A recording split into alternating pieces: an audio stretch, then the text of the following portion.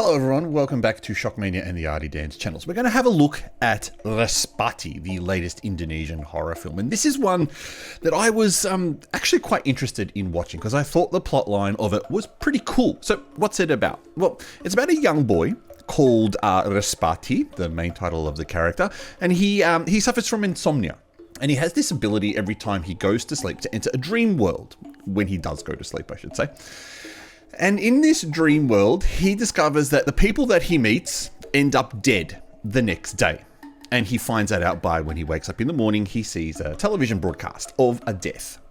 It's very typical of a teenage horror film, and that's the biggest thing you've got to think about when you want to watch this film, is that the audience is a teenager, 15 to 17 years old. In that case, it means the teenagers do everything in the film. They can solve the cases, they can defeat the bad guy, and they know exactly what they're doing. If that kind of thing is not your cup of tea when it comes to horror films, then this is probably not something that you want to watch. But if the concept of this one interests you, I would definitely recommend it. Now, some of the things that I found really interesting in the film were these dream sequences. And when he enters this dream world, the lady with the sharp teeth, and I don't want to give too much away about the film, is quite interesting character. There is a little bit of a backstory behind her, which does go to explain a bit about why she does what she does. And I found that that backstory is very typical Indonesian village type horror movies. And that's the other thing with this film. There's no surprises in it.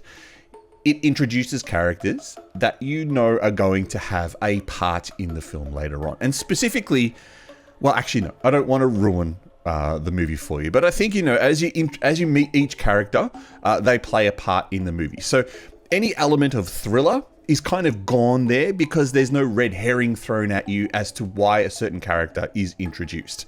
Now, the movie does feature quite a few familiar faces. So if you are into Indonesian horror, you will notice a lot of the familiar faces in it have been in previous movies before, and that is very typical of Indonesian horror movies. The biggest thing I did like about the film was the lack of religion. And you could probably say when they enter the village scene, there was some kind of ceremony that they were doing, but it wasn't a religious ceremony, which is kind of really refreshing for Indonesian horror films. Now, an observation I have about Asian horror lately is that each country in Asia tends to make horror movies based on certain pop culture things in their environment. Japan makes almost all of their horror movies based on manga series. Korea uses webtoons. Taiwan likes to base their horror movies on real life haunted locations. You've seen a lot with those movies, The Bridge Curse and Hospital. And Indonesia likes to take Twitter stories and Twitter threads and other short stories and turn them into horror movies. So if that's something that interests you in regards to how these little short stories are then turned into these fully fledged feature movies, I think Respati does a great job without actually knowing the source material behind it.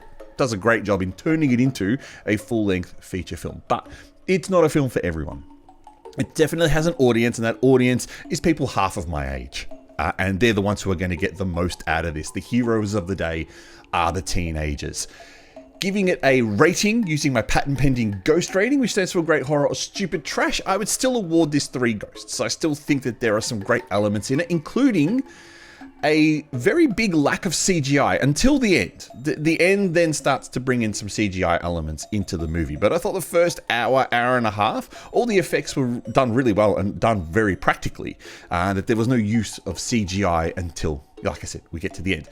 Now, if you're coming here onto this video hoping for an explanation about the end sequence, I'm afraid I can't answer that because I didn't quite get what was happening in that very last scene at the end. So clearly, something went wrong with how they took care of the ghost or the spirit in the film, and perhaps she hasn't quite been laid to rest.